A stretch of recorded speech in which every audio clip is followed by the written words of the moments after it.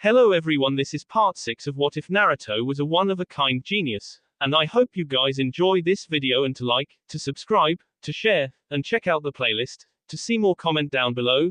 Now let's start the intro. They call me a god. They call me a god. They call me a god. Join my membership, the perks are great. It's in the description. Fuinjutsu was truly an interesting and puzzling art. It never ceases to amaze Naruto that it was the only art that could stuff a mountain-sized beast into something so tiny, yet still make room within the subconscious of that person for the beast to take full appearance and still communicate as if it was truly alive. Being sealed was really a prison of the worst. There was no hope of light, and you were never free to move about. All there was to do was just to lie about in your cell and continue plotting about methods of getting out, even though you knew it was impossible to simply break out. Naruto placed his right hand on his gut. The QB was in there and its life was his life. To survive, it depended on him to continue on living. If he dies, it also dies. Temporarily though, but it was death nevertheless. Their fates were locked together until his body could no longer carry the Bayu. Until then, the beast would be passed on to someone. Naruto didn't think far ahead on that matter. His thoughts only stopped there. He told Temari that they had to make do with the reality that had pressed upon their lives. He told her so because he believed it was the only way to make the best about the situation. Ignoring it wasn't going to do. He couldn't continue ignoring that the QB was inside of him. It was there, and whether he liked it or not, they had to learn to live with the situation and get along for their own survival.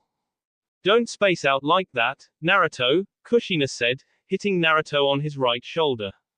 Naruto looked at his mother, thankful she didn't call him by any inappropriate name in front of the two Sand siblings, Gaara and Temari.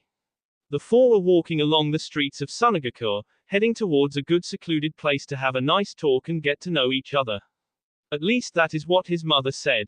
You don't have to hit so hard, mother, Naruto said, in a slight grumble. I was thinking important stuff anyway, he added. It doesn't matter, Kushina said strongly. You have lots of time to think about other matters. For now, it is just the four of us and we need to use time wisely, we don't have much time here, remember. Naruto sighed, and nodded. Yes mother, he said.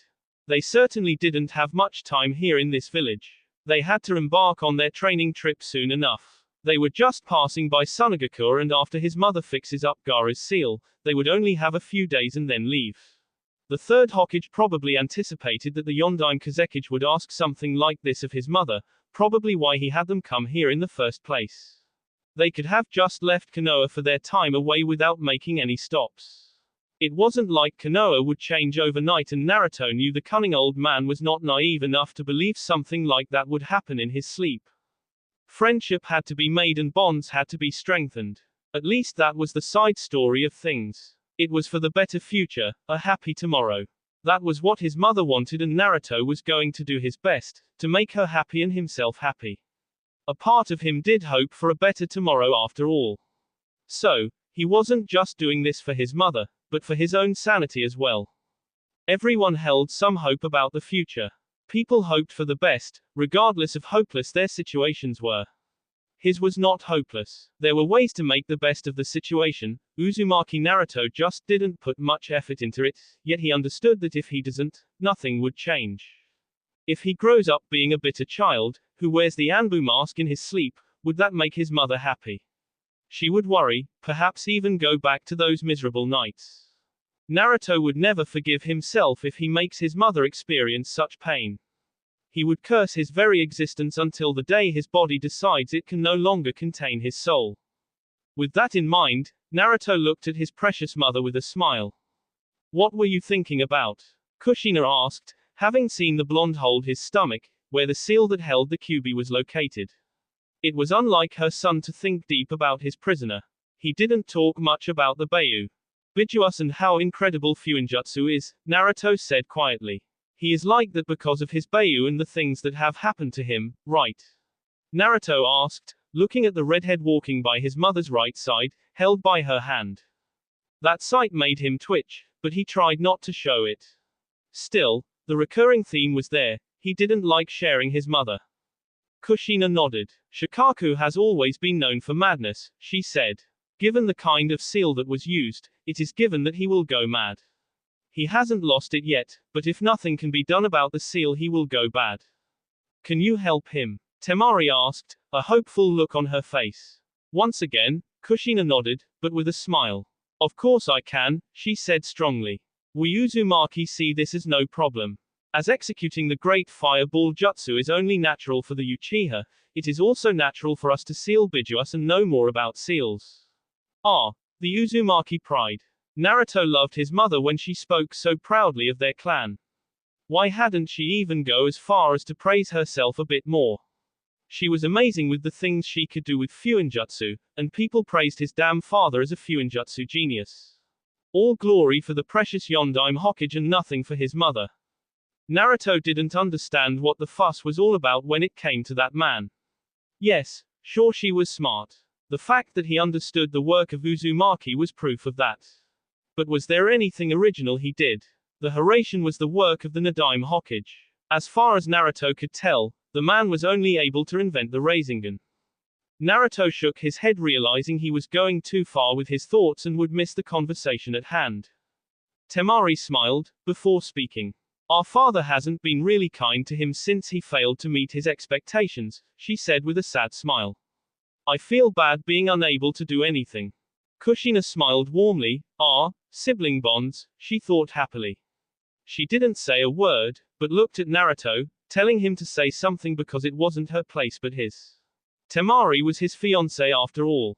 Naruto wondered if his mother had a manipulative streak behind that warm smile of hers. If he was the one to say something comforting, it would only improve his relationship with the blonde-haired girl. Inwardly he was amused. People thought she was stupid. It was them who were stupid.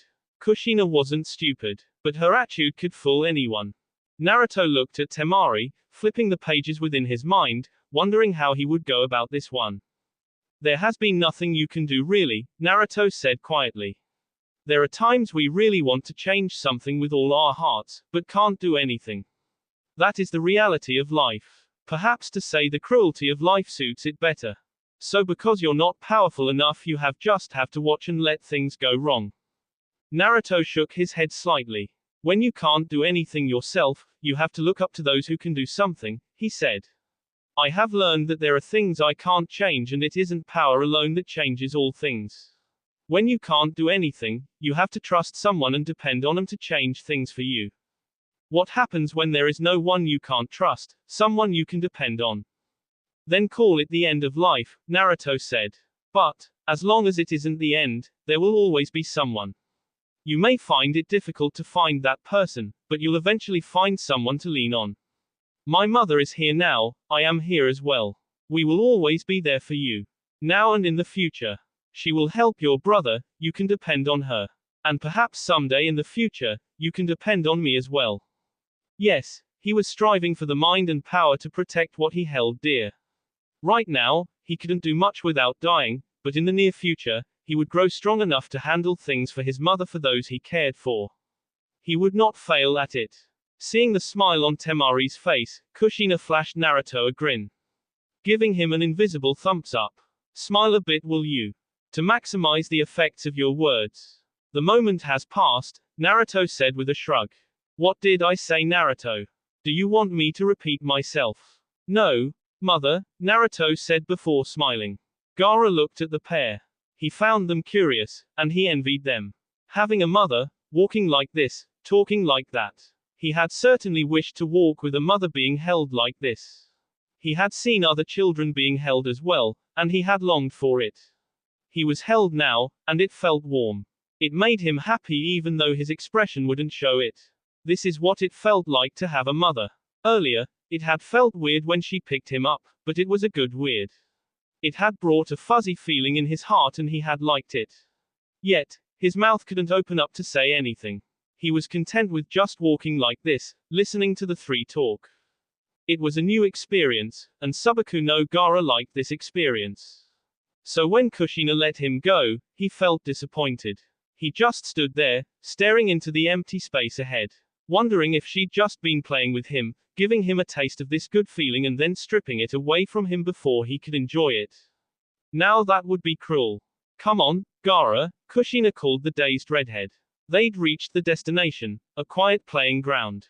Hugging his teddy bear with his other hand, Gaara slowly made his way towards the Uzumaki. What's wrong? She asked as she sat down beside Naruto and Temari. Gaara slowly shook his head, but offered no words in response. Perhaps he wasn't used to this kind of attention. Normally people ran away from him, and others looked at him with murderous eyes, but this was a warm feeling. Something a part of him told him that he really needed to have in his life. He doesn't talk much, huh? Naruto asked, looking straight at the redhead. Had he been Sasuke, he would have smacked the boy already. But Gaara was a different kind of person, there was no harm. Temari shook her head in response. It can't be helped, she said. No one speaks to him. Our father doesn't even look at him on a good day, and though we care, he hardly responds to our attempts to start conversation. After breakfast, he just gets up and leaves the house. Not that you have any good conversation starter, Naruto said, earning a look from his mother. It's obvious that things are awkward between them. They are siblings yet so far apart. They live in the same house, yet in different worlds. Do you have anything you can say to him when it is just the two of you? Temari nodded. I just find it difficult, and in end, I don't say anything, she said quietly. But I do care and wish to change things. Well, he is right here and can hear you perfectly. Speak to him, Naruto offered, taking out his Fuinjutsu book to get some reading done. He certainly had a lot of ground to cover up. There were a lot of things he didn't know about the art, and as an Uzumaki, he had to be an expert in it. Temari blinked twice. All this time she'd been talking so comfortably and she hadn't actually registered the fact that Gaara was with them. She'd felt so free to speak as if he wasn't here, but now that she'd been brought back to reality, she didn't know what to say. She just smiled nervously, and looked at Gaara, who gave her a blank stare, as if to dare her to say something. The first step is always the most difficult, but once you take it, everything becomes easy. You must muster up the courage to speak and things will fall to line, Naruto said as Kushina watched on. He knows you're his older sister, given everything, you can understand the expression. Do know that Gar-chan can hear you? Kushina asked, ruffling up Gaara's hair as he was sitting closer to her. Naru-chan is a mean person, isn't he, Gar-chan? For the first time since the four set out of the Kazekage residence, Gaara spoke his first words. Gar-chan, he said, looking at Kushina with a strange expression on his face. Kushina smiled warmly. It is your new nickname from me, don't you like it? She asked intently. There was some kind of an air around her that said it didn't matter if he liked it or not. She would continue to call him as she liked. Gaara shook his head and looked down. He again hugged his stuffed animal, before speaking in a whisper. Nobody has calls me like that, he said. Kushina's smile turned into a grin. If you like, I can call you many more sweet names. I have lots for Naru-chan. I can tell you some of them later on, she added in a whisper. Just the one is fine, Gaara said quietly. It was one of those difficult moments for Naruto. He honestly didn't like it when someone was getting all warmly with his mother. He certainly would have been glaring at Gaara by now if it was a year ago. Still, Gaara was a Jinchuriki, just like him. He could let this slide. But, Kushina was his mother and his mother alone. He was just going to allow to have his moment, besides, if he did anything stupid, his mother wouldn't be happy with him. Gaara was a sad person. She wanted to save him from the path he was falling into. Surely, if there was nothing done, he was indeed going into a much darker path, coupled with more pain and loneliness. But this time, there was a chance to even start his childhood. He could still live a normal life by the time they do leave this village. It was with that reasoning, that Naruto felt it was something he shouldn't envy. Yet, the feeling in his heart didn't go away. Don't tell me that you're jealous, Kushina said to Naruto, seeing his silence. Not at all, Naruto said quietly. I was just thinking about how sweet it is that you're doing something like this. You took out us here because you felt they needed this, right? You're diverting from the subject, Kushina accused her son, but nodded nonetheless. What do you sat we do to have some fun then? It's okay if you spend time with them, Naruto said, staring into his book. I need to sort out of a few things. I'll join you shortly. Kushina sighed, but didn't question her dear son. Come on you two. Let's go do something fun and leave Mr. Broody all alone. That said, the woman pulled Temari and Gaara away. Naruto frowned slightly as he shook his head. A good thing his mother wasn't worried by his choice. Perhaps she understood his reasoning. With that in mind, Naruto dived into his mindscape. The place was just filthy. It wasn't that it smelled. No, the condition was just ridiculous. This was a damn sewer for Kami's sake, and you stuff a Bayou down here. Naruto didn't have any personal hatred towards the Kyuubi. They were both stuck in an unfortunate situation together, and the beast had been manipulated by a filthy Uchiha into attacking Konoha, so the situation couldn't be helped. It was another of those make-do situations. The drips. So damn annoying. Naruto would have gone insane already if he had been forced to be tortured by that sound 24/7. This did nothing but confirm what he'd first thought. This was truly the worst type of prison one could ever be thrown into. A thought sneaked into the back of his mind. What if humans could be thrown into a seal like this? How would they live? He would definitely not object if the whole of Konoha was to be sealed in this type of conditions. It would suit them. They were crap after all. What better of a place to find crap than a sewer? Naruto felt those damn hypocrites were much more suited to be in such a place than the Kyuubi. In his eyes, the Bayou wasn't the evil one, but those damn humans were the evil. As he walked through the water, Naruto finally reached the large bars that formed a gate. A creeping darkness laid behind. If it wasn't because Naruto trusted the work of Fuinjutsu, he would have been afraid. The feeling behind those bars was just ominous. If he spent good days being suffocated by that feeling, by the time he walked out of here, he would be mad. Those blood-red eyes slowly opened as the darkness behind the bars seemed to disperse. The Kyuubi appeared, lying on the water, head resting on its paws. It was pathetic to see a Bayou so feared stuck like this. Naruto almost pitied the Bayou. Almost. The Bayou didn't say a word, it just stared at him, unblinking. Naruto stared back.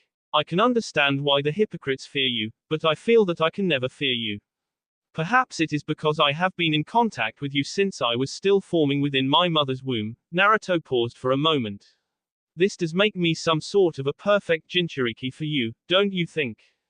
The Kyuubi said nothing. Naruto continued speaking. I don't like humans either, he smiled in bitter amusement. Yet, I am human, my mother is human as well.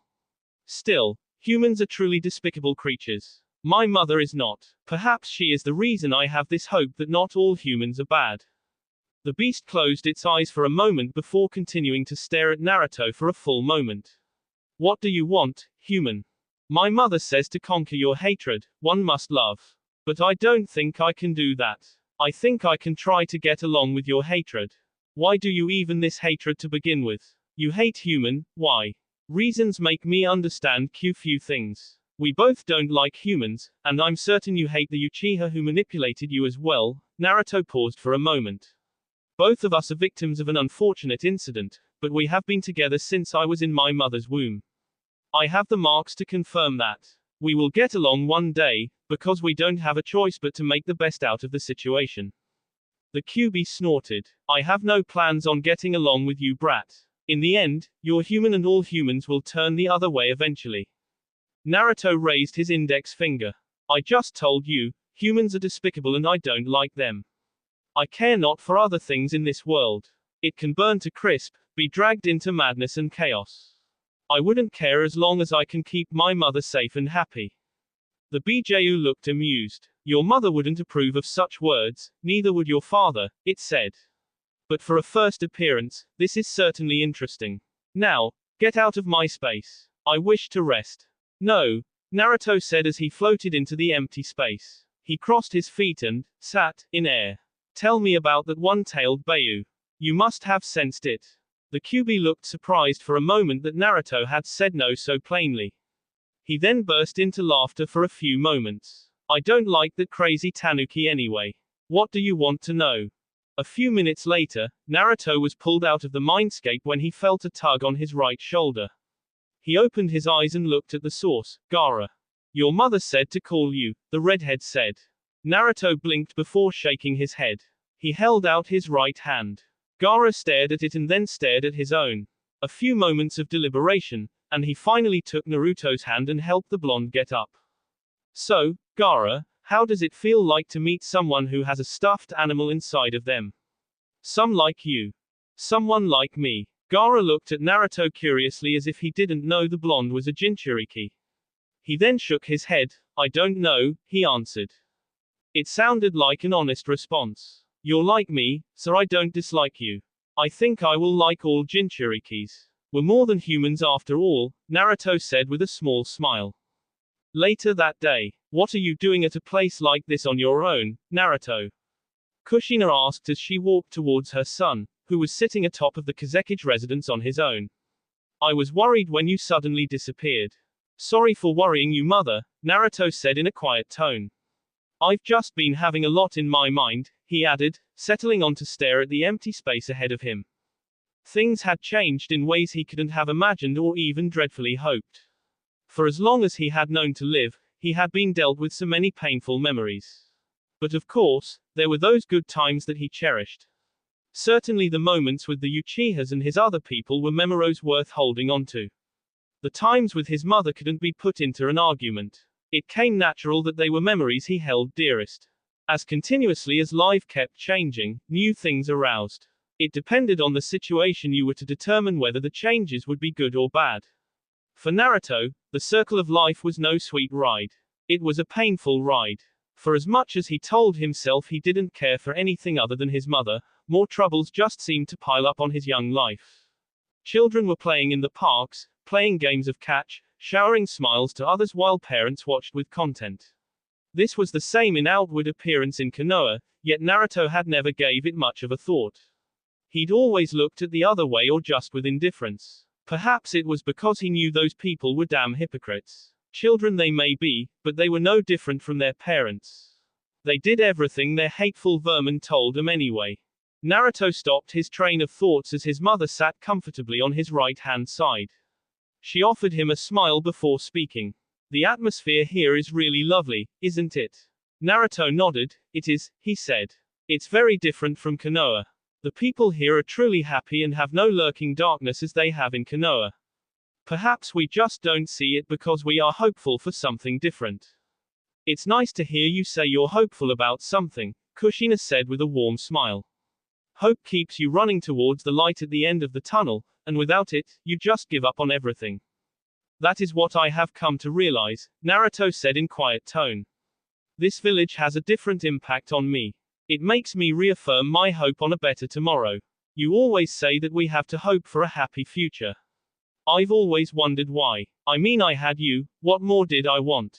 There are so many times we feel that we only need one person in our lives, but the truth is we can't function in society without other people. You need friends, companions, comrades, all the like to be able to fully live your life. Without those, you'll always lack something. It's unusual for you to speak so calmly, mother, Naruto noted with a smile.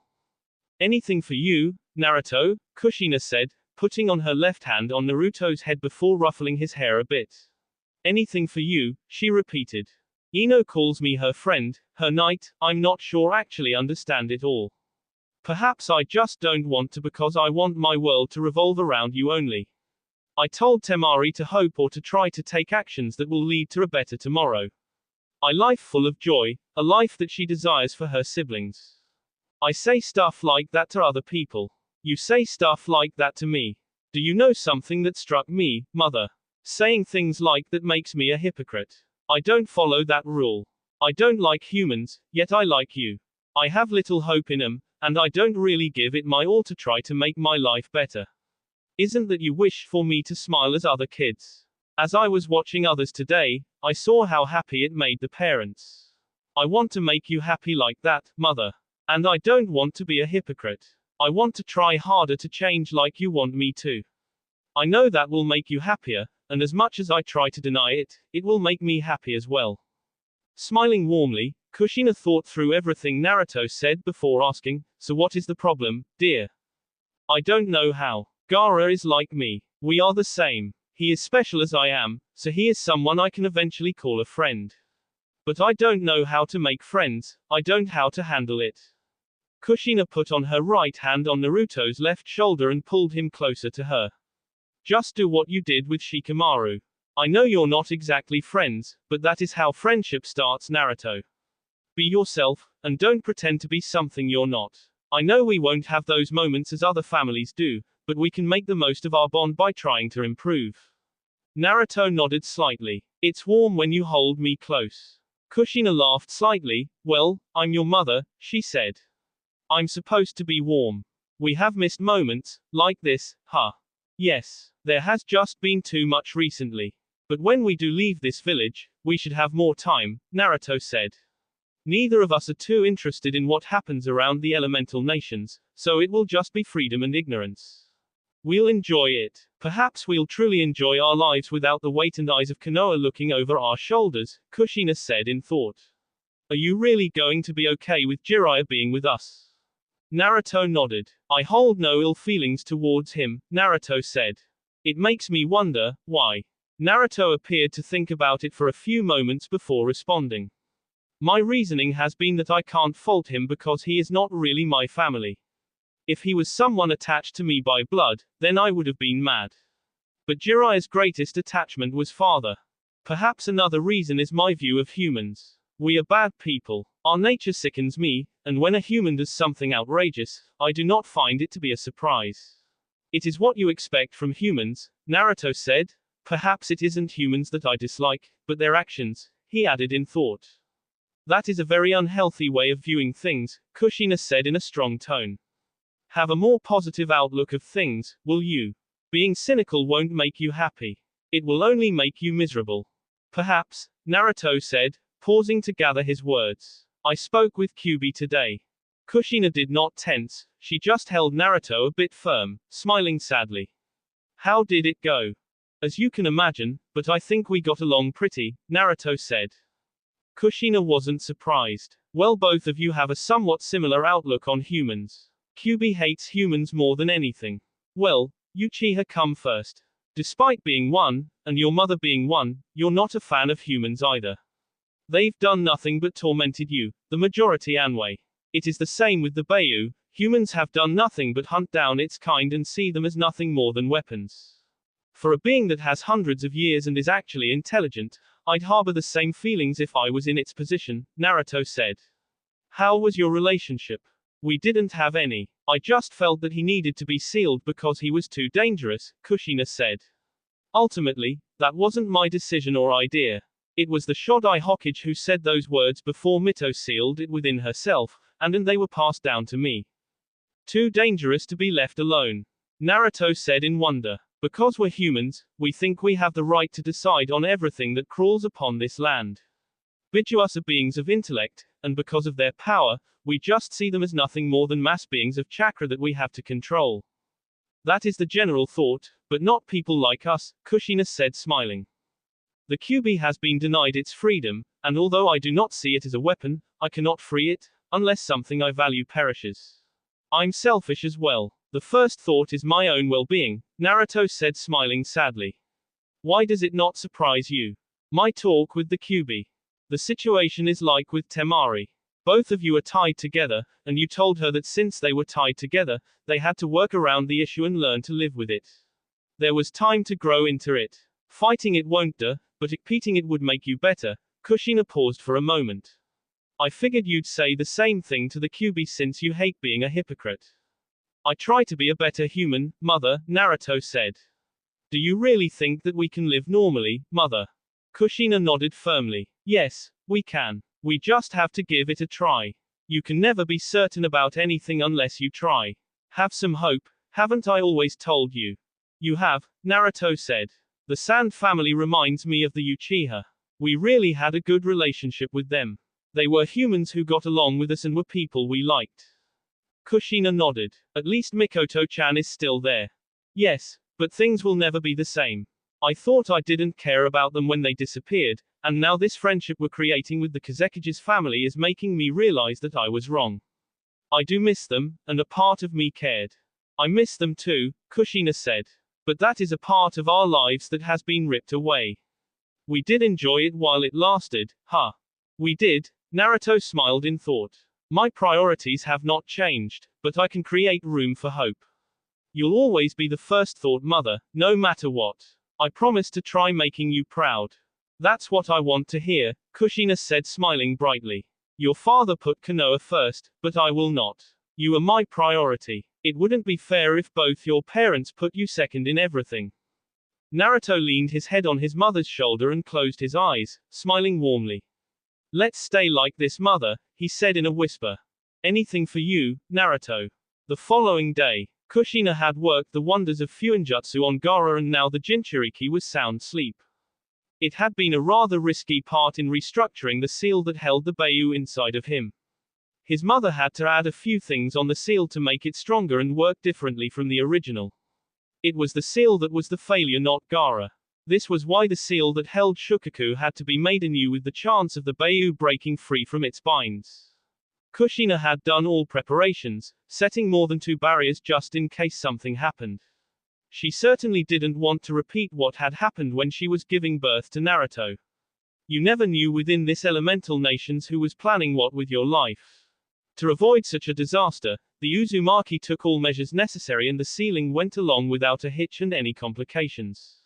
Gaara would be free from Shukaku's torments. He would no longer hear the Bijuu's voice unless he wanted to, and that was what was needed. That was what Rasa believed would make his son valuable again. It was interesting the man viewed things based on value. Perhaps it had something to do with his ninjutsu. If Naruto wasn't wrong, the man used gold dust. Well, it was only fitting for someone who used that kind of jutsu. Yet, it was disappointing that the man put that same price on his family. Family was family and nothing could change it.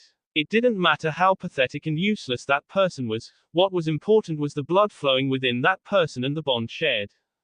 Perhaps Naruto hated the kind of thought that made a man sacrifice his life for his other love, because it was the same sacrifice that made him what he was. Still, what Rasa did was just wrong.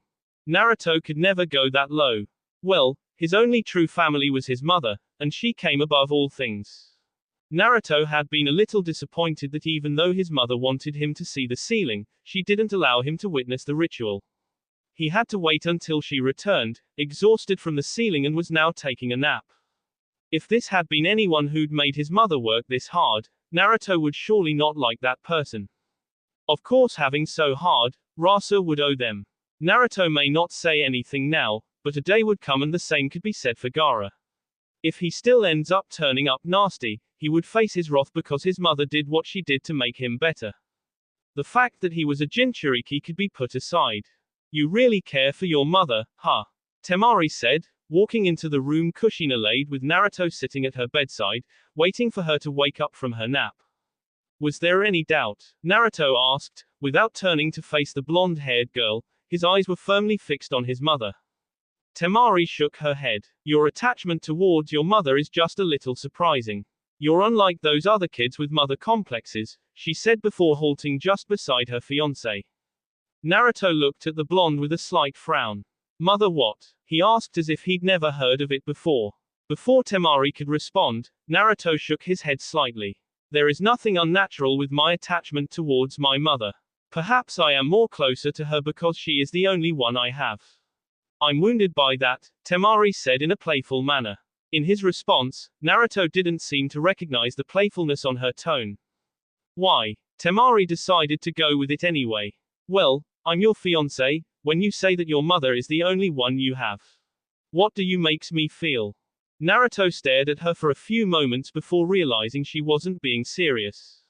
He smiled slightly though, shaking his head in the process. I usually forget that we have an agreement.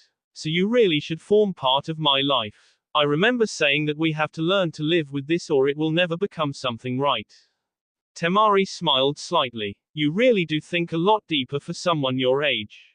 That what life has brought me and forced me to become, Naruto said quietly. I live with it and make the best of it. I have been guilty of not trying to enjoy it, nevertheless. At least with other people. He did enjoy his life with his mother. I don't ever picture you laughing around like the brats. I don't think it even suit you. I see you as you are, so I cannot picture you in the frame, Temari said. I wouldn't suit me, huh? Well, I guess I have always maintained a somewhat cool and dignified image about myself. I'd really be suitable for a clan heir, Naruto added in thought. What do you think of the future? I don't know, Temari said, shaking her head. I don't think that far ahead. My mind is too wrapped up on what happens around me currently to think that far. Besides, I'm still just a kid. Future plans are for parents. There is one matter that makes me think though. Our engagement, Naruto said. Temari nodded. I wonder if it will ever happen. For so long as I can remember, I was informed that since I was the Kazekige's daughter, I would get married off to someone for political reasons. I think I have come in terms with that as my responsibility. This is more than just politics, Naruto said, but didn't enter into detail about it. Temari nodded. There are a lot of things involved. But I'm glad that I at least get to share my fate with someone like you. I hope that even in the years to come, you're still this kind to me and my family. Kind. This is perhaps the first time I have been accused of being kind. Temari let loose of a small and quiet laugh. Accused, she repeated, smiling. You say some weird things. To say you're kind isn't an accusation. Why do you make it as if it is a bad thing?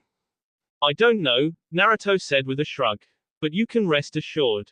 I will not become something that will sadden my mother. Temari smiled. I have no doubt about that, she said confidently. Naruto looked at her for a moment, wondering where she got all the confidence to say something like that. Naruto, can I talk to you? Rasa suddenly called, leaning against the door frame of the room. Naruto looked at his mother, thinking. He didn't want to leave her at a time like this. He needed to be by her side. She could wake up needing him. Don't worry, I'll look after her. She is my mother-in-law after all, Temari said, smiling. Although it was barely noticeable, Naruto's face twitched when she said that. He didn't really like sharing his mother, it seemed. It took a full minute and Rasa's patience for Naruto to finally make a reluctant decision of leaving his mother. Without saying a word, he got up from the chair he was sitting on and walked towards the Yondaime Kazekage. What is that you wish to speak to me about, Kazekage-sama? Naruto said impolitely. It sounded like a question, but it was more of a statement from Naruto. I'm happy that your relationship with my daughter is steadily improving.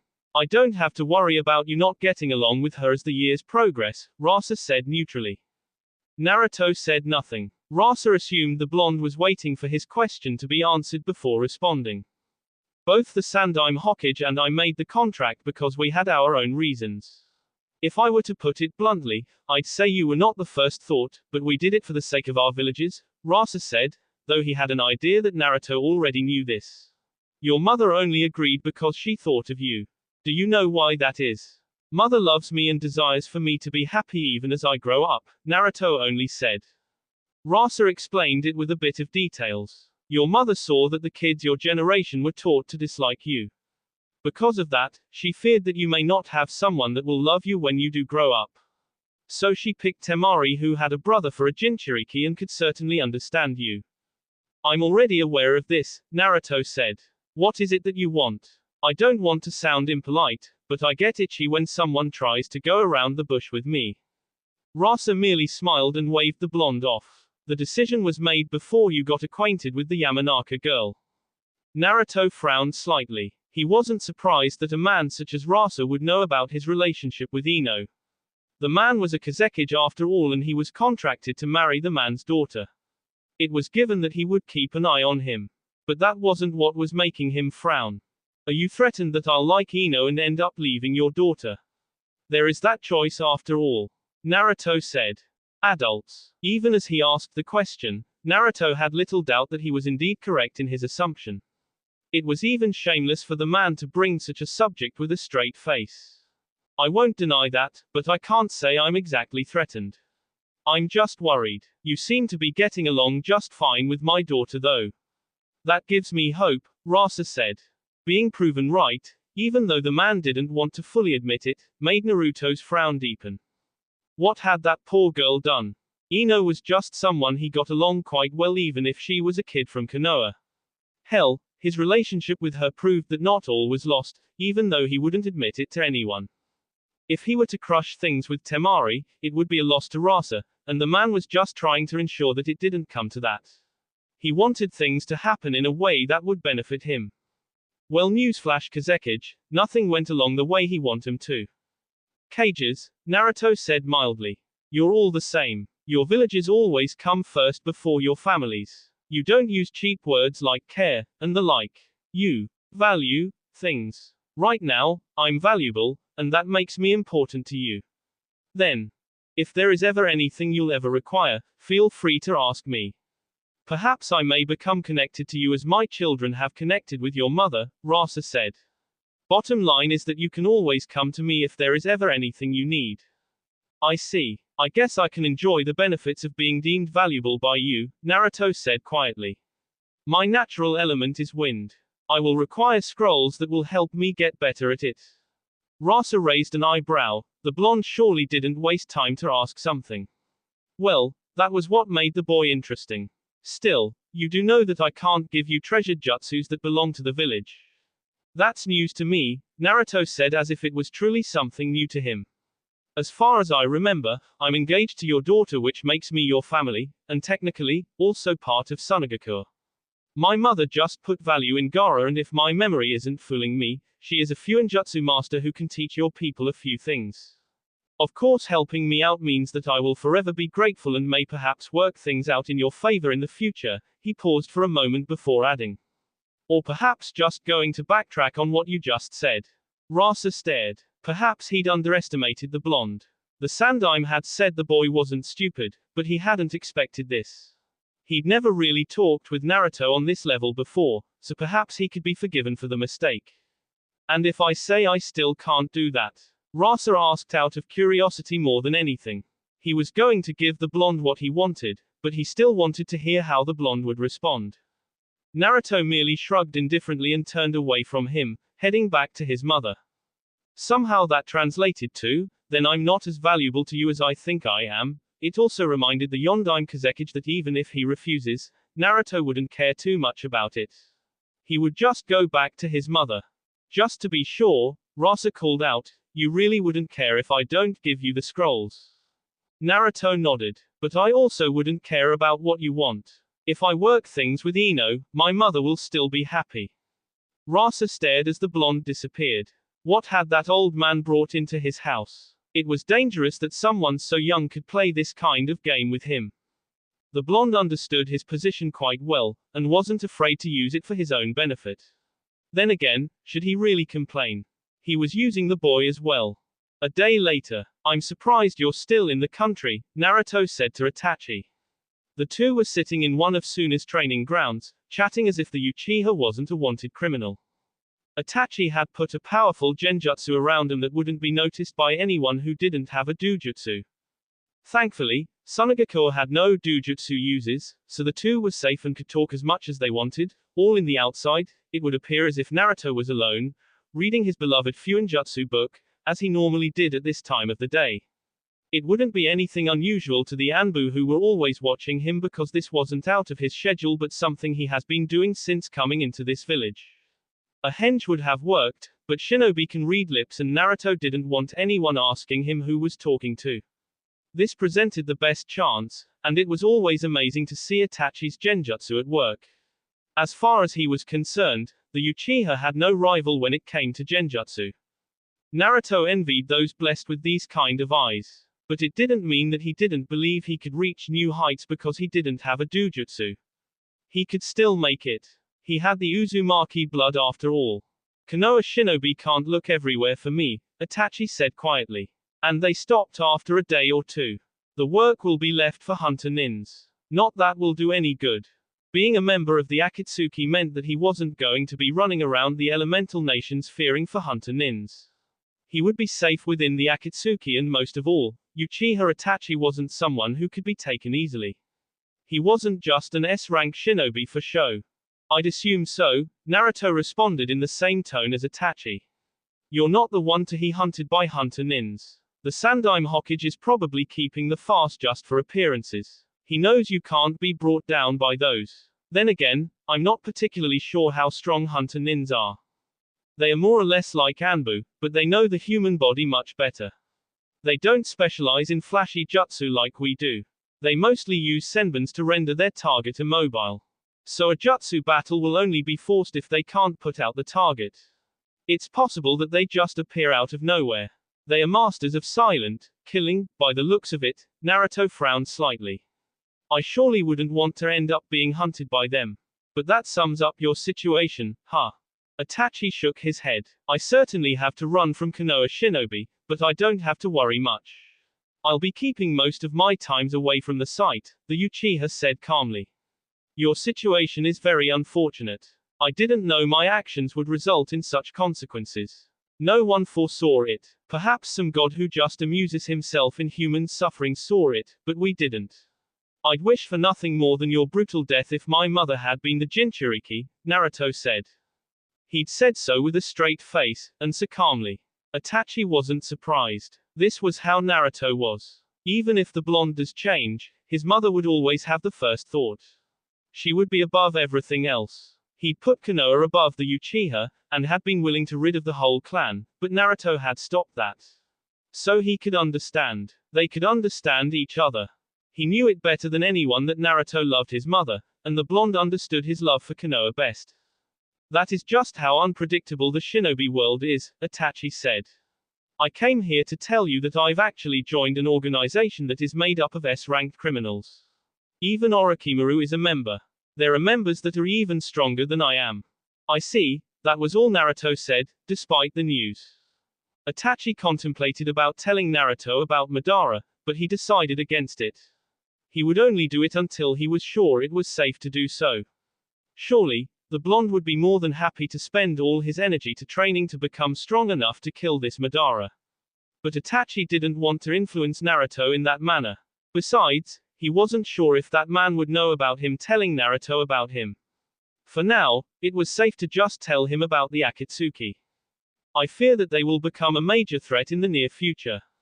I don't know what the goal is, but just know that you might end up facing S-ranked enemies in the near future. I see. Yet again, Naruto gave that same response to Itachi and it bothered the Uchiha. Naruto's lack of care about the world around him was truly a problem, yet amazing. In this way, he couldn't care less if there was a war outside of his comfort zone. As long as he could be safe with his mother, the blonde was more than willing to act oblivious to the things around him. It had to do with his dislike of humans, but Itachi knew that had to change at some point. Even if he doesn't stop disliking humans, he had to start acting with more care around the world around him. Whether you like it or not, Naruto, the situation outside your comfort zone does affect you. Where do you think you can hide if this world is forced into another war? You're a Jinchuriki. In times of war, you will be hunted down if you choose to run away.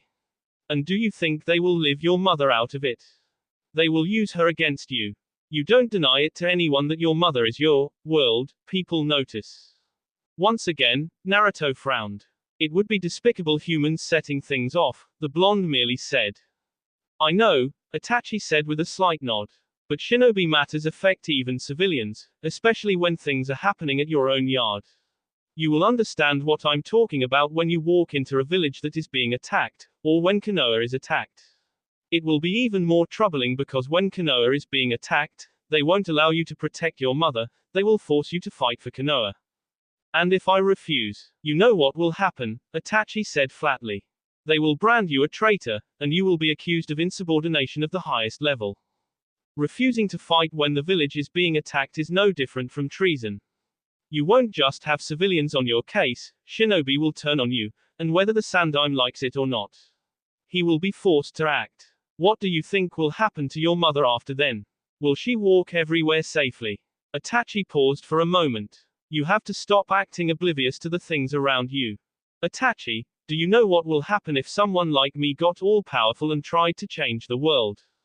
You hate humans, so changing it would be reduce the population or just rid of the entire shinobi population, Itachi said calmly. But I'm not asking you to try to change it. I'm telling to stop acting oblivious. When Naruto said nothing in response, Itachi sighed wearily. You will understand one day, he said to Naruto. How is my little brother? A broken little sad thing. It's quite laughable that someone so gullible and weak-minded is your brother, Naruto said, but he didn't appear amused. I guess the tragedy is still weighing up on him. With his mother and the rest of the Uchiha, he should be okay. What about you? Naruto was sure Itachi wasn't asking his health but why he didn't include himself in his last statement. I'm going to be away from Konoha for at least 3 years. We'll talk when I get back from there. But yes, I will take care of him. Itachi smiled slightly. Don't be too rough on him, he said. I'll keep an eye on you so that I can visit you every now and then. I'm going to be with Jiraiya, that won't be easy. Itachi nodded. We'll use the crows as means of communication. And just like that, the Uchiha disappeared into nothingness along with his genjutsu and Naruto stood up. It was about time to return to the Kazekage residence. Naruto only walked for about a couple of minutes before he came across Subaku no Gaara. As usual, the redhead was holding tight onto his stuffed animal. Naruto didn't question Gaara's attachments to his toy. He had his own attachments and he preferred if people left it alone. And so Uzumaki Naruto wouldn't question someone about it when he wouldn't like it if someone questioned him about it. He disliked hypocrisy after all. You look like you're coming straight to me, Naruto said, as he stopped in front of his fellow Jinchuriki. Gaara nodded in response, causing Naruto to sigh. I was just returning to the house. Was there something or did someone send you? The blonde asked quietly. It really was an annoyance sometimes. He disliked people who couldn't stand to talk to him straight on. You needed to have the courage to say what you wanted to say or you would just keep holding on to things. Still, he wasn't going to say it to Gaara. The redhead was a likable special being, a Jinchuriki. In his eyes, a Jinchuriki had more rights than a normal human. Hell, he could even go as far as to say screw despicable humans and love to the good people. Your mother sent me, Gaara said in a quiet tone, his eyes down for a moment. He then looked at Naruto carefully, his expression remained blank. But the look of his eyes told Naruto that he was struggling to say something. Naruto waited patiently for the Jinchuriki to say what he wanted to say. Even though he was pretty mild after his conversation with Itachi, he could still take this. Do you want to go to play with me? It was almost amusing how Gaara had quickly looked away after saying those words. From his tone, he hoped Naruto would say yes, and was looking away because he was afraid he'd been turned down. That would surely put a sting on his already closed heart. Naruto frowned. Other children had no problems with asking such questions. He'd observed this so many times when in the park with Ino. Of course he was never there to play but to nap, read and watch over Ino in case she did something to piss off someone. No one had asked him such a question, not that he wanted to be asked. Because of humans, Jinchurikis had to be like this. Contact with other people was a scary thing, making friends was just foreign. Did all Jinchurikis go through all this crap? Humans. Despicable. I'm not much of that type of a kid, Naruto said neutrally before managing to smile slightly. I don't play. Perhaps I don't even know how to play, he added shaking his head. Gaara looked curious more than anything. He tilted his head to the side and asked, why? I've not played with other kids, Naruto said calmly. Come on, let us go hang out. I'm sure there is something we can talk about. I'm much more curious about your current state of mind with all the changes around you. That said, the Jinchurikis turned towards another direction. A week later, the farewells were all said and everything went well. Naruto had been rather surprised when Temari hugged him. Ino didn't do that, and the only people who hugged him were his mother and Mikoto. No one else had hugged him before. The feeling of being hugged by his fiancée felt weird. Naruto had just stood there, frozen for a few moments before returning the hug. Kushina had shed tears in the sight. Naruto was certain the tears had been fake, but she'd been absolutely happy that things had gone that far. Things with Gaara had been formal. Nothing more than a handshake had been exchanged and Naruto turned his way, leaving for the gates where Jiraiya was waiting for them. It was that time for their adventure to begin and of everything that happened in his time within the village, this made him much more excited. He could even go as far as to say that the thought of it gave him a rush of blood. You've made some friends, Jiraiya commented as the two prepared to make way into the journey across the desert. So it appears, Naruto said with indifference. Jiraiya frowned. That attitude was only reserved for him. Or so he thought. Naruto didn't speak to other people in that manner. He may say he doesn't hate him, but he surely didn't seem to care. Well, the blonde had said he didn't care, so he shouldn't be surprised with the indifference. But they were going to be together for some time. The blonde could afford to show some teeth for once. Don't be like that, Naruto, Kushina said warningly. You'll ruin all our memories we had in Suna. Don't be hostile. Naruto looked at Jiraiya for a moment before looking at the endless road ahead. Yes, I made some friends. It was a nice change, the blonde amended. There wasn't a change in his tone, but this was a start. Besides, they were going to be together for some time. He was going to be persistent and Naruto would talk to him in a more friendly manner by the end of their journey together. Jiraiya had no doubt about it. That is a good and welcome change of things, Jiraiya said, smiling a bit. I'm happy that you were able to connect with other people. I hope the same could be as this in Konoha, but you can't force things. Kakashi chose to appear in that moment, making Jiraiya frown, but the Jonin didn't seem to notice it. Yo. What are you doing here, Kakashi? Naruto asked, his tone light. What? Can't I just come to see out my little friend? Naruto just stared. That will be all for this video. Be sure to like, subscribe, share, and comment down below for more videos. Goodbye.